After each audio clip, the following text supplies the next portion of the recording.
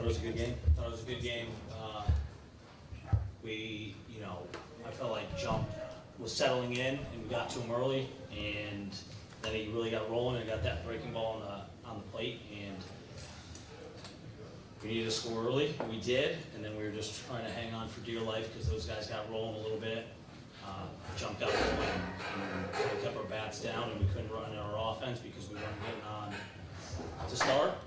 Brant was phenomenal for us as he's sitting up here with us. He was phenomenal, kept him off balance. I feel like we were asking him to do a lot, throw 4 pitches on the plate, and he was competing, winning a lot of 3-2 pitches, and just kind of ran out of steam at the end.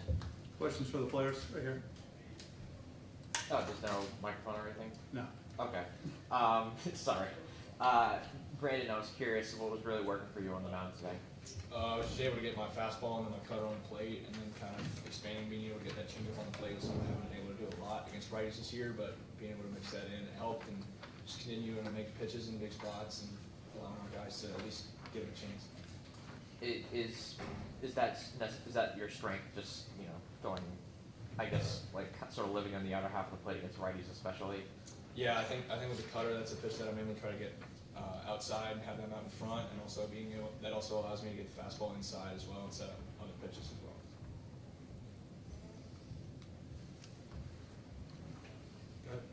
Jack, just as a veteran leader on the team, how do you keep the guys together through this kind of a big moment, especially some of those youngins like Branson or any of the young guys? Yeah, we got a tough group of guys. We're a close group of guys also.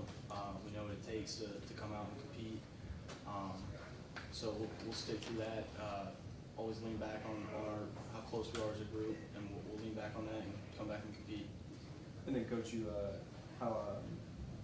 wanted to come in and play Wofford brand baseball in the last 3 innings, notwithstanding, you kind of got to do that a little bit. Just how are you feeling leaving this game? Yeah, I mean, I felt like we played really hard. I don't want to say that's our best game we've ever put on the field this year, but you got to tip your cap to LSU. I thought their pitching was phenomenal, and we kept that good offense down for an extended period of time, and then they kind of got in the rhythm late. But man, it's a resilient bunch. Like I don't have to fear anything in the locker room because those guys are going to come out and play hard tomorrow no matter what. Jack, what was Gage doing after the second inning that made things tougher for you guys offensively? Yeah, he started landing small speed, with the changeup slider, kind of keeping us off balance. It's credit to him. He was working well, and unfortunately just didn't put up enough runs in the end. So you were one of the few guys to actually see one of those breaking balls towards the end of the game. What did you see during that at bat to get the home run and give you guys the lead before LSU came back? Yeah, leading off the inning, I was just trying to find any way on, working on the pitch selection there, trying to get one in the zone, finding any way to first, and having to go number one, put a good swing on it. So. Hey Brandon, I was wondering what the thought process was when you finally got the decision that you were going to get the nod today. I think the thought process of just keeping it as simple as possible and not trying to do anything else, is kind of just treating it as any other game and keeping it, attacking with my strengths and giving my guys a chance. Anybody else? Coach, can you just talk in the middle innings, there were a couple of hard hit balls, you had really some defensive positioning, particularly here. Did you feel like those were kind of helped that momentum that as each inning kept on, you're like, we can do this? For sure. You look at the stat sheet, and Brand struck out a couple, but it wasn't. He was just rolling them up there. So you're just looking up and going. Our defense has been our backbone all year, and we count on it a lot, and it kept us in that game for an extended period of time. Last one right here, or two more. Here and one in the back. Coach, what was the thought process behind not starting Zach Cowan today? It was a pitch. It was a pitch thing. He threw a lot of pitches for us in the conference tournament, probably like 260 in 4 days. So we're looking out for the better of him, and he'll get the ball for us tomorrow. One more in the back. Coach, I would actually have a question about Jack. He set the program appearances record today with 230. Someone that's been with this program for years. To see him have the showing that he had today, just how proud of him are you, and just of the team as a whole?